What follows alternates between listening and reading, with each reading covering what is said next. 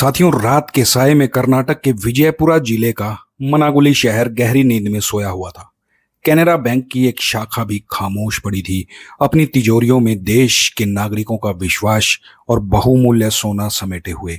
लेकिन 25 मई की वो रात इतिहास में एक अलग ही कहानी लिखने वाली थी। एक ऐसी कहानी जिसमें 53 करोड़ रुपए के सोने की चोरी हुई थी और चोरों ने पीछे छोड़ दी थी एक रहस्यमय गुड़िया जिस पर सिंदूर लगा था और हल्दी का श्रृंगार किया गया था।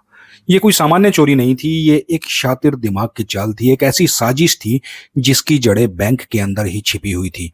रात के अंधेरे में कुछ आवाजें बैंक के आसपास मंडरा रही थी। स्थानीय लोगों ने कुछ गड़बड़ महसूस करी और तुरंत बैंक स्टाफ को सूचित भी किया। जब तक बैंक स्टाफ वहां पहुंचा तो नजारा चौंकाने वाला था, क्योंकि उस बैंक का मुख्य द्वार टूटा हुआ था और अंदर के सारे लॉकर रूम और दरवाजे सब ध्वस्त हो चुके थे।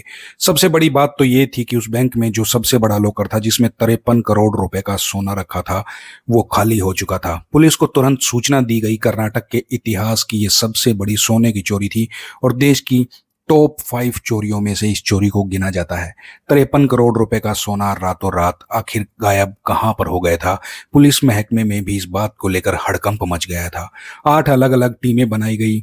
एक टीम सीसीटीवी फुटेज खंगालने में जुटी थी, दूसरी बैंक स्टाफ की कुंडली निकालने में जुटी थी, तीसरी संदिग्ध मोबाइल कॉल्स को ट्रैक करने में लगी थी और चौथी पुराने बैंक चोरों की हिस्ट्री खंगालने में लगी हुई थी और पांचवी आसपास से गुजर रही गाड़ियों की जांच करने में जुटी थी। पुलिस को लगा कि शायद वो जल्द ही इस चोरी का पता लगा लेंगे, सुराग उन्हें कोई ना कोई मिल जाएगा। लेकिन पहला झटका उन्हें तब लगा जब पता लगा कि बैंक के सीसीटीवी कैमरों के तार काट दिए गए थे और सारा डेटा भी गायब हो चुका था। चोरों ने बड़ी चालाकी से काम किया था। निराशा के बादल मंडरा रहे थे जब अचानक पुलिस की एक टीम को एक अजीबोगरीब सुराग मिला। बैंक के पास एक पार्किंग में एक कार उन्हें दिखाई दी। ये कार चोरी से 3 घंटे पहले वहां पर आई थी, थोड़ी देर उसी एरिया में घूमी और फिर वहां से चली गई। हैरानी की बात तो ये थी कि जब चोरी का पर्दाफाश हो गया तो पुलिस मौके पर पहुंच गई। उसके 2 घंटे बाद वही कार फिर से उसी इलाके में घूमती हुई दिखाई दी।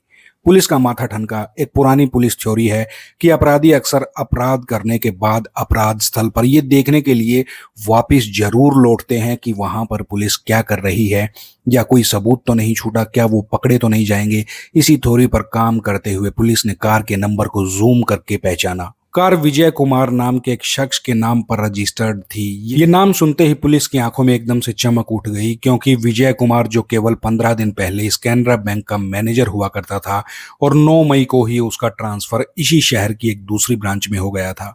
एक पूर्व बैंक मैनेजर अपनी ही पुरानी बैंक के पास अजीब समय में 2 बार चक्कर लगाता है, ये महज इत्तेफाक नहीं हो सकता। पुलिस ने तुरंत विजय कुमार को हिरासत में ले लिया।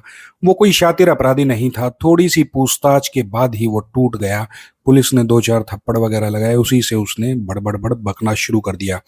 उसने अपने 2 और साथियों के नाम भी बताए, जिसमें पहला नाम उसने चंद्रशेखर का लिया, जो इसी बैंक का एक पूर्व कर्मचारी था और अब प्रॉपर्टी डीलर का काम करता था, और दूसरा नाम लिया उसने सुनील, जो इस घटना में उनके साथ शामिल था।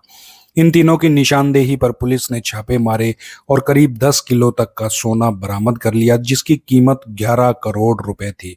लेकिन वहीं 42 करोड़ रुपए का सोना अभी भी गायब था, नदारद था। बरामद हुए सोने को पिघलाकर अलग अलग उन्होंने आकार दे दिए थे, ताकि उन्हें पहचानना, सोने को पहचानना, आभूषणों को पहचानना पुलिस के लिए और दूसरे लोगों के लिए मुश्किलात हो जाए। वहीं अब ये सवाल भी उठ रहा था कि ये चोरी आखिरकार कैसे हुई और उस गुड़िया का क्या रहस्य था। विजय कुमार ने पूरी कहानी बताई, जो लूट से ज्यादा दिलचस्प साजिश की कहानी थी। विजय कुमार ब्रांच मैनेजर होने के नाते जानता था कि किस लॉकर में सबसे ज्यादा सोना रखा है। उसने फरवरी में ही अपने ही बैंक को लूटने की योजना बना ली थी, उसका खाका तैयार कर लिया था। लेकिन एक शर्त थी, वह तभी सेंध लगाएगा जब उसका ट्रांसफर हो जाएगा, ताकि उस पर किसी को सीधा उस पर शक ना जाए, विजय नाम के शख्स पर किसी का शक ना जाए। साल 2025 में उसका ट्रांसफर तय था और मई में उसे उसी शहर की एक दूसरी ब्रांच में ज्वाइन भी करना था। 8 मई को उसका इस बैंक में आखिरी दिन था और 9 मई को उसे नई ब्रांच ज्वाइन करनी थी। उसने ब्रांच मैनेजर के अपने पद का फायदा उठाया और सबसे ज्यादा सोने वाले लॉकर की डुप्लीकेट चाबी बनवाई। उसने 3 बार उस डुप्लीकेट चाबी से लॉकर खोलने की कोशिश भी करी और तीनों बार वह खुल गया। चाबी तैयार थी। उसने सारी जानकारी अपने साथी चंद्रशेखर और सुनील को दे दी, जिसमें बैंक की सिक्योरिटी सिस्टम, सीसीटीवी वायरिंग और लाइट बंद करने के तरीके भी शामिल थे, जिसकी जिम्मेदारी बैंक की हिफाजत थी। वहीं ये भेड़िया अब लंका ढहाने पर आमादा हो चुका था। उन्होंने चोरी की योजना को और ज्यादा पुख्ता करने के लिए बैंक चोरी पर आधारित कई फिल्में और वेब सीरीज भी देखी। उन्हीं से उन्हें एक नया आइडिया भी मिला। उन्होंने 23 मई को चोरी करने का प्लान बना लिया, फैसला कर लिया, क्योंकि उस दिन आईपीएल में आरसीबी यानी कि विराट कोहली की टीम और सनराइजर्स हैदराबाद के बीच मैच था। उनकी योजना थी कि आरसीबी की जीत के बाद जब लोग जश्न में डूबे होंगे तो वे चुपचाप से बैंक में दाखिल होंगे और सारा सोना चुरा लेंगे। लेकिन किस्मत को कुछ और ही मंजूर था। आरसीबी मैच हार गई और उनका जश्न का माहौल भी फीका पड़ गया। तो उन्होंने नई तारीख को चुना, जो थी 25 मई 2025। चोरी के लिए उन्होंने एक ट्रक को किराए पर लिया और उसमें अपनी 2 स्कूटियां डाल दी ताकि पुलिस को गाड़ियों के नंबर से ट्रैक ना कर सके।